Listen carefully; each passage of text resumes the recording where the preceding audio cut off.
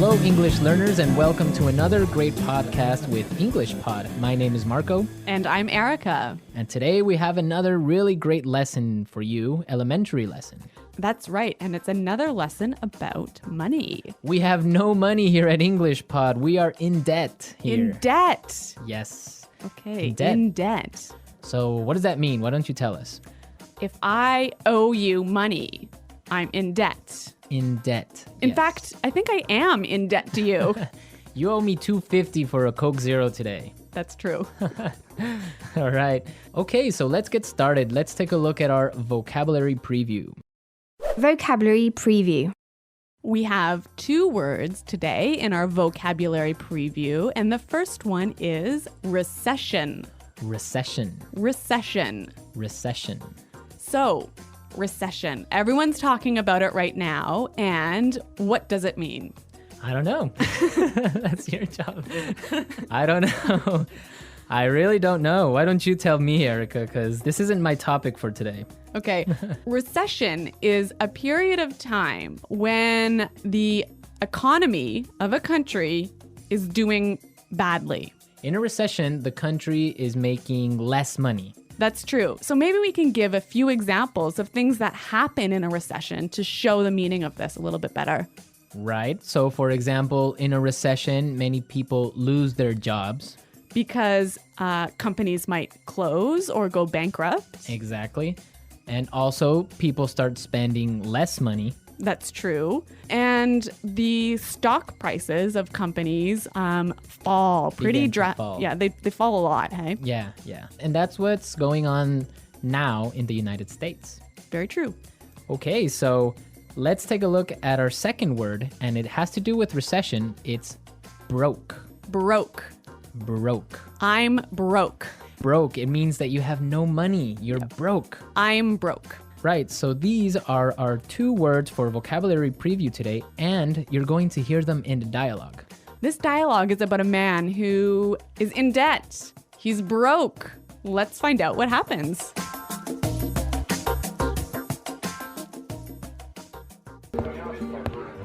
Hello, I'm here to see Mr. Corleone.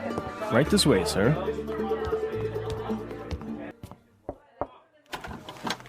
Johnny, what can I do for you? Mr. Corleone, I'm really sorry to trouble you, but I need your help. Anything for you, Johnny. Your father was like a brother to me. Well, sir, you see, this recession has hit me pretty hard. I lost my job and I'm in a lot of debt. I see.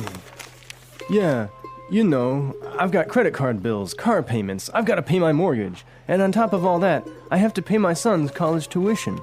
So you're asking for a loan? Well, I just thought maybe you could help me out. What? At a time like this? I'm broke too, you know. You're not the only one who's been hit by the recession. I lost half my money and the stock market crashed. Go on, get out of here.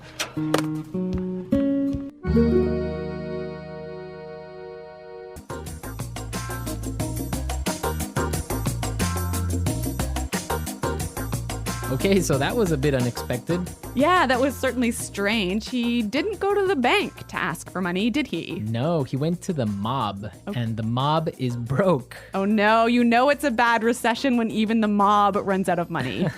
All right, so why don't we start by looking at our language takeaway? Language takeaway. All right, so for today's language takeaway, we have 4 words from the dialogue, which we think are really important. Yes, so why don't we start with the first one? Loan. Loan. Loan. Loan. So Erica, tell us about a loan. What is a loan? Okay, when you borrow money, you get a loan. A loan, yes. Not to be confused with alone, like by myself. No, so this is L-O-A-N. Loan. Right. Okay, great. Let's take a look at our second word, mortgage. Mortgage. Mortgage. Mortgage. Now, this is very common. I'm sure many of you have mortgages. What is a mortgage? A mortgage is a type of a loan. Basically, it's a loan that helps you to buy a house. A house or a property. Yeah. So this is a funny word. I mean, there's this strange mortgage with a T. Yeah, it has a T in it, but you don't pronounce it. You say mortgage. Mortgage. So not mortgage. Not mortgage. Mortgage. Mortgage. Yeah. I had trouble spelling that one for this lesson, so I learned it well now. Okay. Let's move to our third word today. Hit me pretty hard. Hit me pretty hard. Hit me pretty hard. Hit me pretty hard. I think we have some examples that will help us understand this phrase. Example 1. My divorce hit me pretty hard. I'm so depressed. Example 2. This cold has hit me pretty hard. I've been in bed for a week. Example 3. The news of Fluffy's death hit me pretty hard. I've been crying for days. Okay, so that's a lot clearer. Yeah. Great. Why don't we take a look at our last word for language takeaway? Tuition. Tuition. Tuition. Tuition. So this is the money you have to pay to your school so that you can study there. Right. Usually it's in college, right? Or university. Yeah, but sometimes in some countries you have to pay tuition for public school. Okay, great. So it's time to listen to our dialogue again, and it's going to be slower so we can listen to all the words that we just talked about.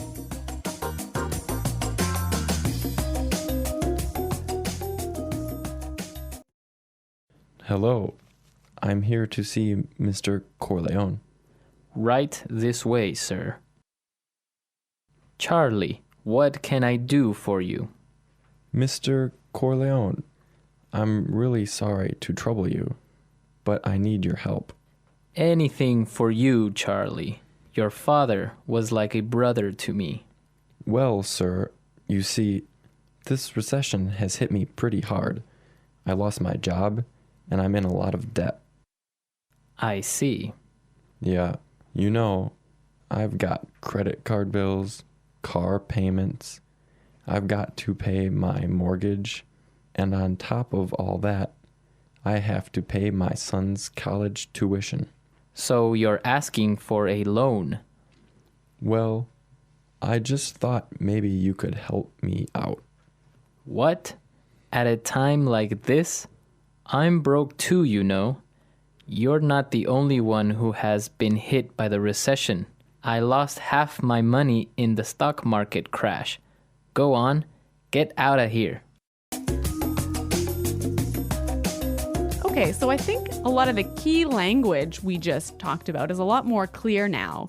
But you know, I also noticed some really interesting phrases in this dialogue. Yes, I did too. So let's start with Fluency Builder. Fluency Builder. Fluency Builder is a tool that we use to help you sound more native. Right, so you can sound more natural when you're speaking. So we take a really common phrase and we show you some great natural ways of expressing that same idea. Exactly, and today we have 3 of these examples. Let's start with the first one. So this phrase we use when we want to ask somebody, "Can I help you?" What can I do for you? What can I do for you? Yeah, that sounds really, really polite and really natural. Right, so instead of saying, can I help you? Or, I don't know, what do you need? We can just say, what can I do for you? Exactly. Great. So let's move to our second phrase. This phrase we use when we need something, when we want to say, I'm sorry to bother you. Or, I'm sorry to interrupt. Okay, let's listen. I'm really sorry to trouble you. I'm really sorry to trouble you. I'm sorry to trouble you. This phrase might be a little bit more difficult to understand how it's used, but we've got some examples. Yes, so let's listen. Example 1. Can I trouble you for a moment? I just need you to sign this form for me. Example 2. I'm sorry to trouble you, but may I go home early today? Example 3. Can I trouble you for a pen? Mine is not working anymore. Okay, so now let's take a look at our last phrase for Fluency Builder. On top of all that. On top of all that. On top of all that. This is a really useful phrase. Marco, how would you use it?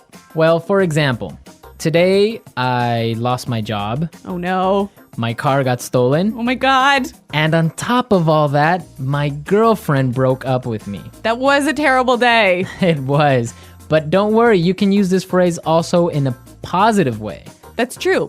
You could say, so today was a really great day. It was my birthday and all my friends came to visit me, and on top of all that, I got 1,000,000 presents. That is a great day. So you can use on top of all that in this way. It's like, and also. And also, yeah. Yeah, so on top of all that. So we are ready to listen to our dialogue a third time. We can hear all the words that we just talked about and all the phrases, and you'll definitely be able to understand a lot better now. Hello, I'm here to see Mr. Corleone.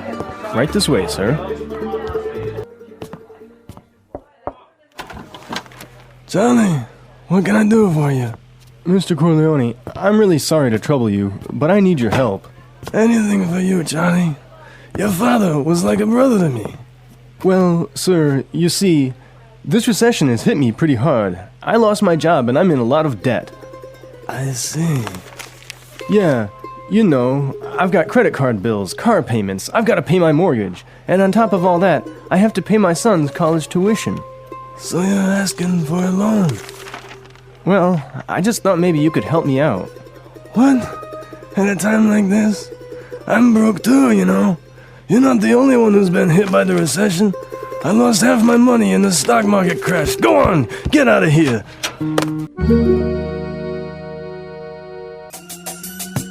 Today's dialogue was all about being in debt, right? Yes. And different people have different attitudes or different viewpoints on being in debt. Yes, that's true. For example, in North America and in Canada, it's a really common thing. Yeah, it's actually almost good to be in debt. It's more than good, it's necessary to be in debt.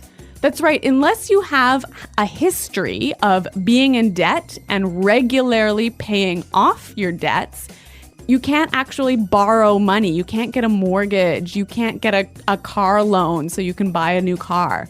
Right, that's called a credit history. So you must have a good credit history in order to be able to, like you say, buy a car or buy a house. Yeah, and you know, the funny thing is, when I was in university, maybe I was 18 years old, the first thing that happened at university was, you know, banks came to our university and started offering you credit cards. So you can get a credit card when you're 18, no problem.